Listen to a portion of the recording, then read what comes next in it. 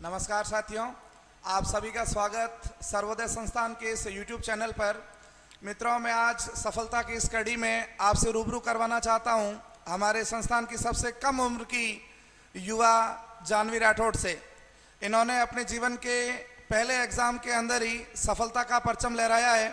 मैं पूरे सर्वोदय संस्थान की तरफ से जानवी आपको हार्दिक शुभकामनाएं देता हूं। आपका भविष्य उज्जवल रहे। मैं धन्यवाद इस संस्था को भी करना चाहती हूँ और अपने माता पिता को भी करना चाहती हूँ जिन्होंने मुझे इस कोचिंग में भेजा और अपना अमूल्य समय देकर इस सर ने मुझे इस मुकाम तक पहुँचाया और मुझे पढ़ाया। तो मैं अपने माता पिता के साथ साथ इस सर को भी बहुत बहुत आभार और धन्यवाद करना चाहती हूँ। जी धन्यवाद। मैं आप लोग से प्रश्नों की शुरुआत करता हूँ। जब पहली बार रीट का एग्ज़ाम आपने सोचा, प्लान किया कि मैं एग्ज़ाम देना चाहती हूँ, उस समय आपके आंखों के सामने क्या क्या बातें आ रही थी? किस तरह तैयारी करूंगी, कहाँ कोचिंग करूंगी, वो दर्शकों को बताइए एक बार। तो जब मैं एसटीसी कर रही थी तब मेरे पापा ने मुझे आकर बताया कि सभी बच्चे, बहुत से ऐसे बच्चे हैं जिनको मैंने एसटीसी के बाद पहले ही प्रयास में उनको सफलता प्राप्त करते हुए देखा है रीट लेवल 1 में।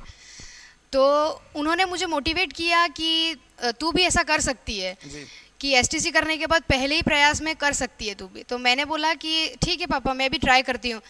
तो फिर मैंने बहुत से ऐसे लाइव एग्जांपल देखे जो मेरी एज की ही लड़कियां थी और उन्होंने पहले ही प्रयास में रीट लेवल 1 क्लियर कर लिया। धन्यवाद जानवी।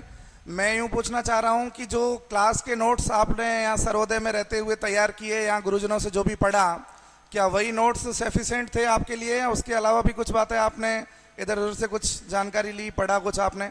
उसके बारे में, पाठ्य सामग्री क्या क्या यूज ली, उसके बारे में स्टूडेंट्स को बताइए। तो सर नोट्स का तो मैं ऐसा बोलना चाहती हूँ बहुत सफिशिएंट थे ये नोट्स। जितना सर सर्वोदय ने मुझे नोट्स अवेलेबल करवाए उस हिसाब से मैंने उस नोट्स को अपने दूसरे कोचिंग सेंटर के जितने बच्चों थे उनसे कंपेयर करके देखा तो बहुत सफिशिएंट नोट्स थे मेरे पास। तो मुझे बाहर का मटेरियल यूज़ करने की ज़रूरत ही नहीं पड़ी। नोट्स को रिवाइज कितनी बार किया होगा आपने लगभग इस सफलता की पूरी टाइम पीरियड के अंदर?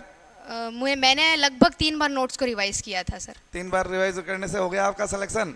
एक बार तो सर आपने पढ़ाया और 2-3 बार मैंने कर लिया। धन्यवाद। मैं आपको एक प्रश्न पूछना चाहता हूं कि जो एग्जाम के दिनों में संस्थान की तरफ से टेस्ट सीरीज का आयोजन हुआ था, वो आपकी सफलता में कहाँ तक कारगर साबित हुई?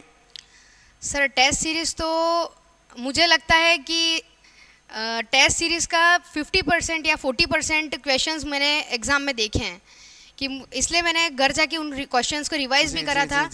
तो वो बहुत से क्वेश्चंस मुझे एग्जाम में देखने मिले। तो युवाओं को टेस्ट खूब सारे लिखने चाहिए, खूब सारे देने चाहिए। टेस्ट तो सर मैंने यहाँ पे 10 टेस्ट थे और 10 मैंने दिए थे। तो 10 में से उन हर टेस्ट में सर एक क्वेश्चन तो मुझे एग्जाम में देखने मिला है। तो सभी युवाओं को मैं ये बोलना चाहती हूँ कि टेस्ट तो सभी बच्चों को सारे देने चाहिए इस सर्वोदय एकेडमी के। प्रैक्टिस भी हो जाए, एग्जाम की प्रैक्टिस भी हो जाए। ठीक है। अब मैं एक प्रश्न आपसे पूछना चाहता हूँ आपके निजी जीवन को लेकर के।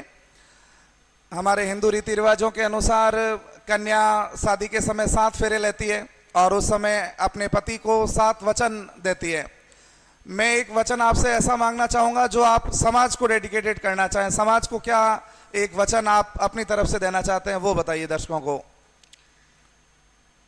तो सर मैं समाज को यह एक प्रॉमिस करना चाहूँगी, हाँ, एक वचन देना चाहती हूँ कि मैं अपने आसपास के जितना भी समाज है और जितने भी एरिया में जितने भी लोग हैं उनमें कहीं भी कन्या भ्रूण हत्या नहीं होने दूंगी मैं। आपके आसपास ऐसे केस सुनने में आते हैं कन्या भ्रूण हत्या के?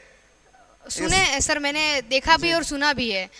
तो अब मैं ये वचन देती हूँ समाज को कि कभी कन्या भ्रूण हत्या नहीं होने दूंगी। जी, बहुत बढ़िया लाइन बताई जानवी ने कि जो इसके आसपास की यदि कोई ऐसी घटना घट रही होगी तो ये इसके प्रयासों से उसको हमेशा रोका जाएगा, उससे नहीं होने दिया जाएगा।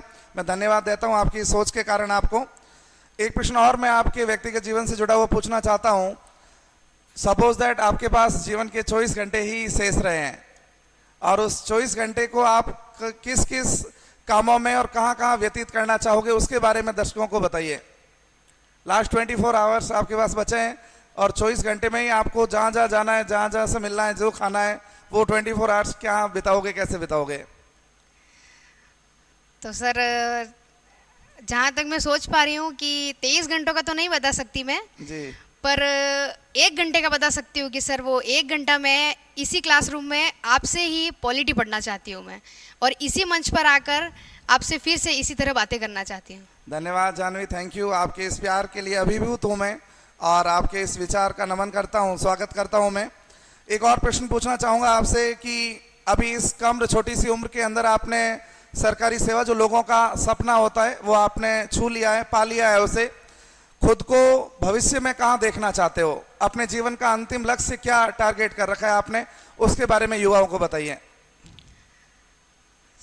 अंतिम लक्ष्य तो सर मेरा आईएएस बनना है। बहुत बढ़िया। क्यों आईएएस क्यों बनना चाहते हैं, कोई विशेष?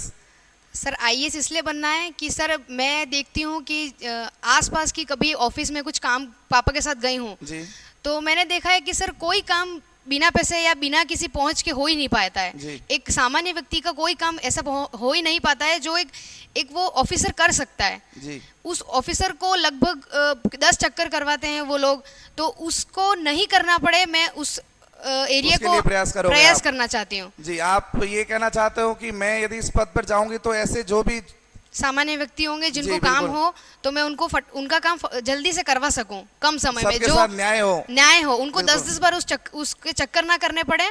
जी। और वापस इसी मंच पर आकर आपसे बात करना चाहती हूँ जी, और धन्यवाद। युवाओं को इसी तरह मोटिवेट करना चाहती हूँ। बहुत बढ़िया Janvi, thank you very much. एक प्रश्न आपको लास्ट में पूछ रहा हूं मैं। हमने यूं कहावतों में सुना है कि अच्छा रिजल्ट लाने के लिए बातों से नहीं, रातों से लड़ना पड़ता है। आपने ऐसी रातें कितनी किताबों के साथ लड़ लड़ कर गुजारी है, उसके बारे में दर्शकों को बताइए। सर क्योंकि अभी देखो जैसे कोरोना चल रहा था सर, जी, जी, जी। तो उसके बाद से मैंने लक्ष्य धारण कर लिया था कि मुझे रीट का पापा को कहने पर टीचर बनना ही है और जी। पापा को खुशी देनी है मुझे, वो वाली जो हर पेरेंट्स को होती है खुशी कि नहीं है इसमें, आपकी पापा की खुशी है। पापा की खुशी मेरी खुशी से बढ़कर अरे है। वाह, बहुत बढ़िया, बहुत बढ़िया। ठीक तो है। सर मुझे उनके फेस पे वो स्माइल देखनी थी जो हर पेरेंट्स के, पहली बार बच्ची अगर अचीवमेंट प्राप्त कर लेती है तो वो पहली खुशी मेरे पापा के फेस पर मुझे देखनी थी। तो मैंने सर ज्यादा तो नहीं पर 4-5 महीने लगभग 2-3 बजे तक जग कर पढ़ा है सर। बहुत बढ़िया, धन्यवाद। एक मैं ये प्रश्न पूछना चाहूंगा कि कभी ऐसा दौर भी आया है कि जब लगा कि एग्जाम टाइम पे हो नहीं रहा है, एग्जाम एक बार आगे बढ़ गया था, वापस उसी डेट डिक्लेयर हुई थी, तो कहीं जीवन में वो मोमेंट आए थे कि अब तैयारी नहीं करूंगी, या उस तैयारी के दिनों में किसने आपको मोटिवेट करके रखा, उसके बारे में स्टूडेंट्स को बताइए आप। सर क्या ऐसे हुआ था क्या? पहले ये आप थोड़ा बताइए कि जीवन के अंदर ऐसा कभी हुआ हो कि थोड़ा सा उतार चढ़ाव की कंडीशनें आई हो, उसके बारे में बताओ। सर आई तो थी कंडीशन, क्योंकि सर डेट बदली, आप जैसे जानते हो डेट तो बदली थी। बिल्कुल। तो जब डेट बदली तब इस एकेडमी में आई मैं, और मैं रेगुलर आई रही थी वैसे भी, और आपसे पढ़ी रही थी, तो आपने जब मुझे मोटिवेट किया कि डेट तो बदलती रहती है, तो उससे हिम्मत नहीं हारनी है। फिर मैं घर गई सर, उसके बाद पापा ने भी मुझे बताया कि डेट तो बदलती रहती है लेकिन हिम्मत नहीं हारना, टारगेट करना ही है। तो इधर के सर्वोदय एकेडमी के बहुत से टीचर ने मुझे बताया कि ऐसा तो नॉर्मल चलता रहता है, आपने फर्स्ट बार दिया इसलिए आपको ऐसा लग रहा है कि डेट बदल रही है, क्या हो रहा है ये ऐसा। जी, लेकिन धन्यवाद जानवी, आपने इस कम समय की छोटी सी उम्र के अंदर एक बड़ा मुकाम तय किया है।